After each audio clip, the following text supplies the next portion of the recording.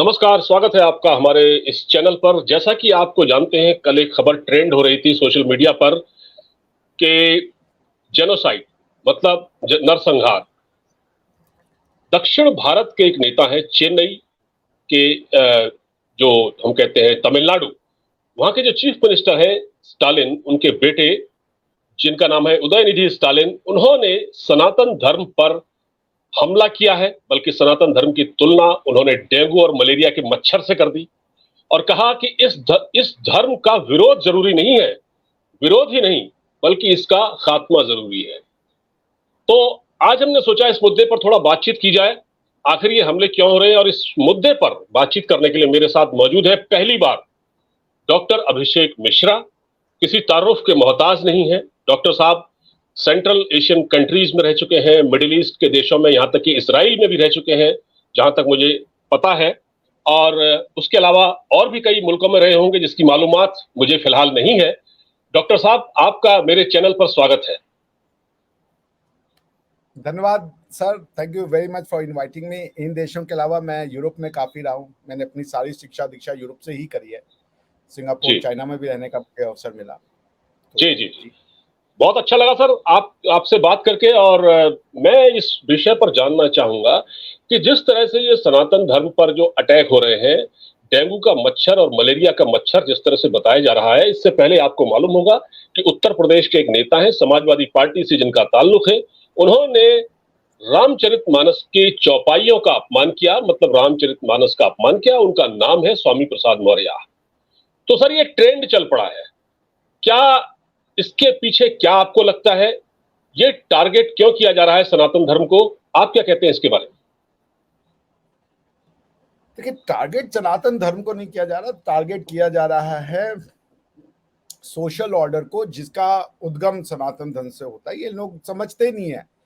भारत की बहुत बड़ी विडंबना ये रही कि भारत के पास जो हमारे फिलोसोफर्स आए, उन्होंने भारत को बनाने में तो काफी योगदान दिया, क्योंकि भारत एक दिन में तो सर इतना बड़ा एरिया जो है वो एक समय में या एक रात में तो भारत नहीं बना होगा। ये तो हजारों साल की व्यवस्था चली, चलते चलते चलते कई लोग इसमें जो है इस फिलॉसफी से जुड़े और अपने आप को भारतीय कहा। तो पॉइंट अब ये है कि आप जो बाहर से हमारे यहाँ पे आए इस व्यवस्था को तोड़ने के लिए, उन्होंने अपनी व्यवस्था को जस्टिफाई करने के लिए दो तरीका अपनाया। एक ये कि या तो इनको युद्ध करके पराजित कर दो, वो हुआ नहीं। युद्ध में हम कुछ हिस्सा हारे मगर कुछ हिस्सा हम जीते। और दूसरा ये जो तरीका शुरू किया इन्होंने कि इनके कल्चर पे अटैक करो, इनके जो बिलीफ सिस्टम है या इनका जो understanding of the social order है उसको करो। ये खासकर किया कम्युनिस्ट आइडियोलॉजी के मानने वालों ने, जिन्होंने कार्ल मार्क्स को अपना आदर्श माना। कार्ल मार्क्स का ये मानना था कि भारत में आर्थिक विकास नहीं हो सकता, और उसका कारण यह है कि ये लोग प्रिमिटिव लाइफस्टाइल से रहते हैं। इनके पास इतनी क्षमता ही नहीं है कि यह आर्थिक विकास क्या होता है या इकोनॉमिक डेवलपमेंट क्या होता है इसको वो समझे। तो वो कहता था इंडिया के लोग प्रिमिटिव है, इनके यहाँ ट्रेडिशन है पर हिस्ट्री नहीं है। यही बात मैक्स म्यूलर ने कही। सो इंडिया को डिमोनाइज किया गया।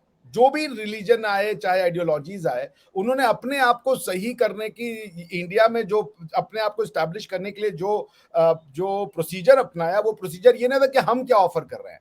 उनका प्रोसीजर ये था कि आप में क्या कमी है, ठीक है ना। और उसमें दो चीजों पे उन्होंने इंडिया पे जबरदस्त प्रहार किया। एक है वर्ण व्यवस्था, कास्ट सिस्टम, और दूसरा उन्होंने वॉर किया अनटचेबिलिटी पे, कि यहाँ पे अनटचेबिलिटी बहुत थी, और वो भी कास्ट सिस्टम का ही एक समझ लीजिए ऑफशूट था, which is further from the truth. अगर किसी ने कास्ट सिस्टम का उपयोग करके ये कह दिया कि भाई आप हमसे छोटे हो या सुपीरियर, तो वो उस आदमी की समस्या है। जैसे कॉन्स्टिट्यूट, जैसे कि ये इंटरनेट है, इसको आप चाहे तो पॉर्न वेबसाइट के लिए यूज कर लें, चाहे इसी का यूज करके आप एक रिसर्च पेपर बना ले। ये इंटरनेट की प्रॉब्लम नहीं है, ये उसके यूज करने वाले की प्रॉब्लम है, ठीक है ना। तो ये जो अटैक हो रहा है, ये वो लोग हैं जिनको पता ही नहीं ना, ये उस लायक है कि इस डीप फिलॉसफी के अब उसको समझ सके। जैसे अब आप देखें, ये श्रीनिवासन जो मैथमेटिशियन थे हमारे, रामानुजन जी, उनको क्या कहेंगे? उनसे जब भी पूछा जाता था कि भाई आपको ये जो मैथमेटिक्स के ये सारे आते हैं सपने, अरे ये फॉर्मूलाज और थ्योरम ये कहाँ से मिलते हैं, वो कहते थे इनको किसी गॉडेस से आते थे। ये है सनातन धर्म। सनातन धर्म को समझने के लिए कास्ट सिस्टम्स को समझना, पहले तो वर्ण व्यवस्था को समझना जरूरी है। वो चलिए नहीं भी समझे तो मैं आपको समझाता हूँ क्या है हमारी फिलॉसफी। फिलॉसफी भी तो जानो। तुम कास्ट सम कास्ट कास्ट लेके बैठे हुए हो। अस्थिरम जीवितम लोके हस्तिरम धन यौवने अस्थिरा पुत्र दारश्य धर्म कीर्ति द्वयम स्थिरम। इसका मतलब इस अस्थिर जीवन संसार में धन यौवन पुत्र पत्नी इत्यादि सब अस्थिर है, केवल धर्म और कीर्ति यही दो स्थिर बातें हैं। ये फिलॉसफी रखने वाले कोई साधारण लोग होंगे जिनको शुरू से ये समझ में आ रहा है, जो आपको बता रहे कि भाई life is much more what you materially possess. सजीवित गुण यस्य धर्मो यस्य जीवति गुण धर्म विहीनो यो निष्फलम तस्य जीवितम। जो गुणवान है धार्मिक हैं वही जीते हैं, जो गुण और धर्म से रहित हैं उनका जीवन निष्फल है। क्या है गुण, किस गुण की बात ये कर रहा है? फिलॉसफी को समझने का प्रयास ही नहीं किया लोग। सोशियोलॉजी को किसी ने, कोई रहा होगा ब्राह्मण, कुछ ऐसे दुष्ट रहे होंगे जिन्होंने किया होगा एक्सप्लॉइटेशन, मैं इसको डिनाई नहीं कर रहा, मगर उसके लिए आप जो है उस व्यवस्था को गाली नहीं देते जो उसको वो समझ नहीं रहे। यहाँ पे ये भी आपको सुनने में मिलेगा कि आतंकवाद का कोई रिलीजन नहीं है, लेकिन कास्ट सिस्टम हिंदू ये सनातन की समस्या है। अगर आतंकवाद का कोई रिलीजन नहीं है, अगर अगर भाई कॉन्स्टिट्यूशन से तो प्रधानमंत्री बनता है, प्रधानमंत्री तो अब चाहे आपको मनमोहन सिंह जी मिल जाए चाहे मोदी जी मिल जाए, इसमें प्रधानमंत्री की तो गलती नहीं है ना, पुष्पादी की तो गलती नहीं है। जो जैसा बैठेगा वो वैसा करेगा, उसके ऊपर आपको सिस्टम तो बनाना पड़ेगा। तो तुम कॉन्स्टिट्यूशन को गाली दोगे यदि कोई खराब प्रधानमंत्री आ गया, आप प्रधानमंत्री की कमियां दिलाएंगे कि आप कहेंगे कॉन्स्टिट्यूशन ही गलत है, इस कॉन्स्टिट्यूशन को जला दो। और इस कॉन्स्टिट्यूशन, भाई भारत का प्रधानमंत्री भारत के कॉन्स्टिट्यूशन से बनता है, तो आप कहेंगे कि ये कोरोना है क्योंकि प्रधानमंत्री गलत है तो ये कॉन्स्टिट्यूशन उस कोरोना की जड़ है। ये बेवकूफी वाली बातें हैं। ये लोग समझने, ये लोग वो हैं जो डुअल माइंडसेट रखते हैं कि एक तरफ कहेंगे कि आतंकवाद का कोई धर्म नहीं है, मतलब कोई अगर कोई आतंकवादी कह रहा है तो आपको कहेंगे उसका कोई धर्म नहीं होता, तो इंडिविजुअल चीज है। तो भाई हर जगह लगाओ ना। आपको ये भी सुनने में मिलेगा कि इस्लाम में प्रॉब्लम नहीं है, मुसलमान में प्रॉब्लम है क्योंकि वो इस्लाम को समझ ही नहीं पाए। तो भाई ये हमारे लिए भी लगाओ ना कि हिंदू में प्रॉब्लम नहीं है, हिंदुइज्म में प्रॉब्लम नहीं है, हिंदू में प्रॉब्लम है क्योंकि वो सनातन की संस्कृति और फिलॉसफी को समझ नहीं पाए। और ये बात सच भी है। जो भी ब्राह्मण अपने आप को ये समझता है कि सिर्फ वो कुल में पैदा हो जाने से वो किसी से बड़ा है, तो ये गलत है। क्योंकि जो व्यवस्था दी गई है, चाहे वो पुरुष सूक्त में दी गई हो चाहे वो गीता में दी गई हो, वर्ण व्यवस्था कभी भी हायरार्किकल नहीं थी। जैसे हम लोग बताएं आपको सर, इंटरनेशनल लॉ पढ़ते थे तो उसमें आर्टिकल 38 में हम लोग पढ़ते हैं sources of international law, ICJ statute में, ठीक है ना। सोर्सेज ऑफ इंटरनेशनल लॉ हम लोग पढ़ते थे कि भाई क्या क्या मतलब है। तो आर्टिकल 38 जो यूएन चार्टर आईसीजे स्टैट्यूट का जो देता है, उसमें वो बताता है कि भाई 4 सोर्स है, ट्रीटी है, कस्टम है, जनरल प्रिंसिपल्स, ब्ला ब्ला ब्ला, ऐसे करके 4 सोर्सेज है। और हम लोग को ये पढ़ाया जाता है कि 4 सोर्सेज जरूर है मगर इनमें कोई हायरार्की नहीं है। ये नहीं कि कस्टमरी इंटरनेशनल लॉ जो ट्रीटी से बड़ा है या छोटा है, ये कैटेगरीज जरूर है but they are not hierarchical, they are not vertically placed. तो भाई उसी तरीके से वर्ण व्यवस्था में वर्ण थे, व्यवस्था थी, मगर वो व्यवस्था में हायरार्की नहीं था कि ब्राह्मण सर्वश्रेष्ठ है। अगर किसी ने इंटरप्रिटेशन करके बना लिया हो तो ये उसकी समस्या है ना कि थ्योरी की, क्योंकि थ्योरी में अगर आप पढ़ें पुरुष सूक्त में कहीं नहीं दिया कि ब्राह्मण जो है वो श्रेष्ठ है और शुद्ध जो वो है। ये तो आपकी इंटरप्रिटेशन है कि भगवान के पैर से चूंकि शुद्ध निकल रहा है तो आप कह रहे हो शुद्ध छोटा हो गया चूंकि पैर छोटा। ये तो आपकी सोच है कि आप पैर को घटिया मांग रहे हो। पौरुष के पैर को घटिया मानने की तो आपकी, आप उसका अगला श्लोक पढ़े तो उसमें कहता है कि उसी पौरुष के मुख से सूर्य निकला और पृथ्वी पैरों से निकली है। हालांकि सांख्य दर्शन में उसकी इंटरप्रिटेशन दी गई है। तो ब्राह्मण छोटा है या बड़ा है, शूद्र छोटा ये बड़ा, ये वेदों में नहीं लिखा, ये इंटरप्रिटेशन से बनाया गया कि भाई आप अगर ब्राह्मण हो तो आप बड़े हो, उसमें कहीं ये व्यवस्था नहीं दी गई है। और दूसरी चीज आपको ये समझनी पड़ेगी कि चाहे ब्राह्मण हो या शूद्र हो, सब देवत्व में ही प्राप्त होते हैं, सब जन्म मुझी से पाते हैं, सब लौट मुझी में आते हैं। तो आपके कर्म के आधार पे तो डिवीजन तो होगा ना, सोशल ऑर्डर तो बनाओगे ना यार। आईएएस को और प्यून को समान तो नहीं कर दोगे ना, प्रोफेसर को और जेनिटर को समान तो नहीं कर दोगे ना। प्रोफेसर विल बी, प्रोफेसर और जेनिटर में डिग्निटी का तो इक्वलिटी हो सकता है, मगर दोनों की नॉलेज का और अंडरस्टैंडिंग ऑफ द फिनोमिना का तो इक्वलिटी नहीं कर सकते आप। यू कैन से कि professor has the same dignity जो कि जेनिटर है, लेकिन आप ये कहें कि प्रोफेसर की भी जो डिग्निटी है, जो एबिलिटी टू अंडरस्टैंड फिनोमिना है, वो सेम है जो कि जेनिटर की, ये नहीं हो सकता। जो सोमनाथ जी हैं, जो उनकी क्षमता है, जो उन्होंने पहुंचा दिया इसरो के उसमें, तो इसरो में जो माली भी होंगे उनका भी बहुत बड़ा कंट्रीब्यूशन है, वो कहीं से कम नहीं है सोमनाथ जी से, लेकिन दोनों की बौद्धिक क्षमता सेम है नहीं है भाई। दोनों को सेम रोल नहीं दे सकते आप, सोमनाथ जी को माली नहीं बना सकते हो। बिल्कुल। ठीक है सर। अच्छा, मैं ये कह रहा था कि ये आपने देखा होगा सर्टेन ट्रेंड चल रहा है, जैसे कुछ फिल्में बनी हैं बीच में जिसमें हिंदू देवी देवताओं का अपमान किया गया। ठीक है, जैसे अभी आपने देखी होगी आदि पुरुष, इससे पहले और भी फिल्में बनी है। एक पेंटर हुआ करते थे मकबूल फिदा हुसैन, अब तो शायद उस दुनिया में नहीं है, वो देश छोड़कर भी चले गए थे। वो भी हिंदू देवी देवताओं पर ही पेंटिंग बनाते थे और वो करोड़ों में बिकती थी। ऐसा क्या है कि ये क्या कोई एक वेल प्लान्ड कॉन्स्पेरेसी तो नहीं है? मतलब आप डॉक्टर साहब यहां खड़े होकर, अब नूपुर शर्मा का केस आपने देखा होगा, उसके बारे में किसी ने हल्की सी कुछ टिप्पणी कर दी तो वो सीन से ही गायब हो गई। और यहां आप देखिए सरेआम गाली दी जा रही है, कहा जा रहा है हिंदू सनातन तो कुछ है ही नहीं, तो मच्छर है। करेक्ट, यही है सनातन। ये जो freedom of speech and expression को एंजॉय करके इनको समझ में नहीं आता है कि freedom of speech and expression होता क्या है। यही है सनातन। क्या आप कह रहे हो कि सनातन जो है 80% लोग हैं, 80% में से अगर मान लीजिए कुछ नहीं तो 70% तो आस्थावान है ही है, विश्वास करते हैं। कुछ मेरे जैसे हैं, कुछ कुछ दूसरे तरीके के, मतलब कैटेगरीज है ना भाई। जैसे मैं भगवान में तो नहीं मानता, लेकिन मेरी अपनी प्रभु श्री राम में आस्था है, मेरे अपने कल्चर में आस्था है, मेरी अपनी उसमें आस्था है। मैं वर्ण व्यवस्था जाति में छोटा मोटा नहीं मानता, लेकिन मैं वर्ण व्यवस्था की कॉन्सेप्ट को समझता हूँ। तो अलग अलग तरीके के हिंदूज हैं, अलग अलग तरह के सनातनी हैं, धार्मिक विचार वाले सनातनी बहुत हैं। मगर वो पॉइंट ये कि आप इसको गाली देते हो, आप इसके इनके किताबों को फाड़ते हो, जलाते हो, और आपको पता है कि आपको कुछ नहीं होगा। एक व्यक्ति कुछ नहीं कहेगा। इससे बड़ा आपको क्या चाहिए सनातन की वो? अगर ये सनातन इतना घटिया होता ना, मारकाट वाला और पीसफुल ना होता ना, तो ये ब्राह्मण ही आपको मारते। कोई ब्राह्मण उठा आज तक? किसी ब्राह्मण ने किया? भाई मोदी के पीछे लोग लगे हुए। मोदी कौन सा ब्राह्मण कास्ट का है भाई?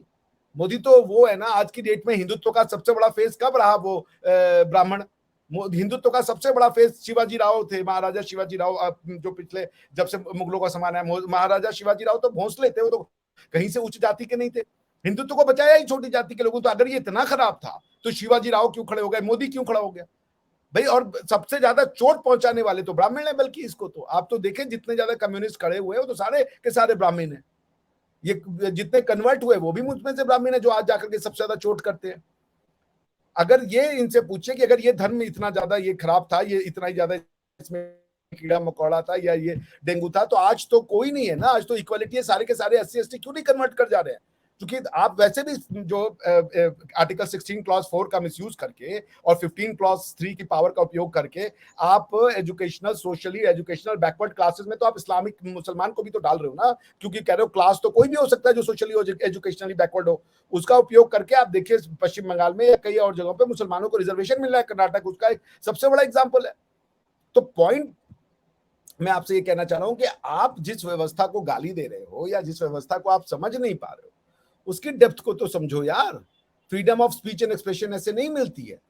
ये व्यवस्था को कन्वर्ट हो जाती है सारे के सारे SC ST। अगर इतना खराब होता तो नहीं हुए। सबसे ज्यादा धर्म का जो जो चोला है या धर्म की जो जो रेमिनेंट्स है, ये वही बेचारे करते हैं।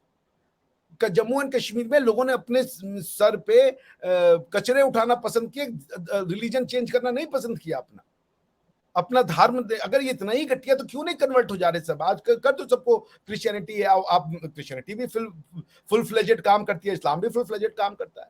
क्यों नहीं हो जा रहे हैं? क्यों? तमिलनाडु में तो तुमने इतने साल से DMK और ये सब टाइप की आइडियोलॉजी को चला रखे हो, क्यों नहीं खत्म कर दिया तुमने? क्यों वहां पे वो कभी शंकराचार्य क्या नॉर्थ इंडिया से थे? शंकराचार्य तो साउथ इंडिया से थे।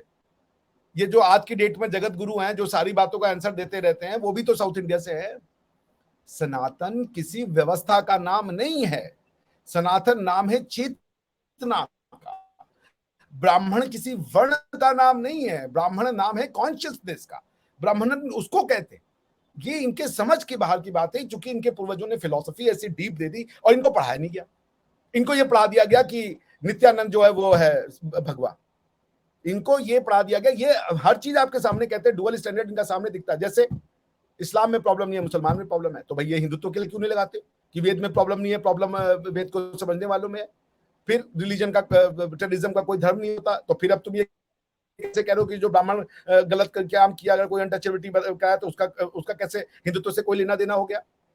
डबल स्टैंडर्ड तुम कब तक चलाओगे? ये भी कहोगे कि यहाँ पे औरतों को पैदा होते मार देते हैं, और हमारे यहाँ औरतों के लिए जो बातें लिखी गई हैं कि जहाँ पे देवता पूजे जहाँ पे नारियां पूजी जाती है वहां देवता पूजे जाते हैं, ये सब फिलॉसफी ये लोग हम लोग ये भी लिख रहे हैं और औरतों को मार भी रहते हैं। यार ये तो दोनों बातें नहीं हो सकती समाज में।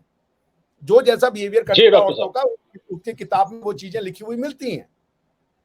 देयर आर फिलॉसफी बिल्कुल। जो कहती है कि औरतें खेतियां हैं, ये फिलॉसफी अवेलेबल है समाज में, that women are nothing but your pasture land, जैसे उसमें घुसो उसमें, ये भी एक फिलॉसफी है।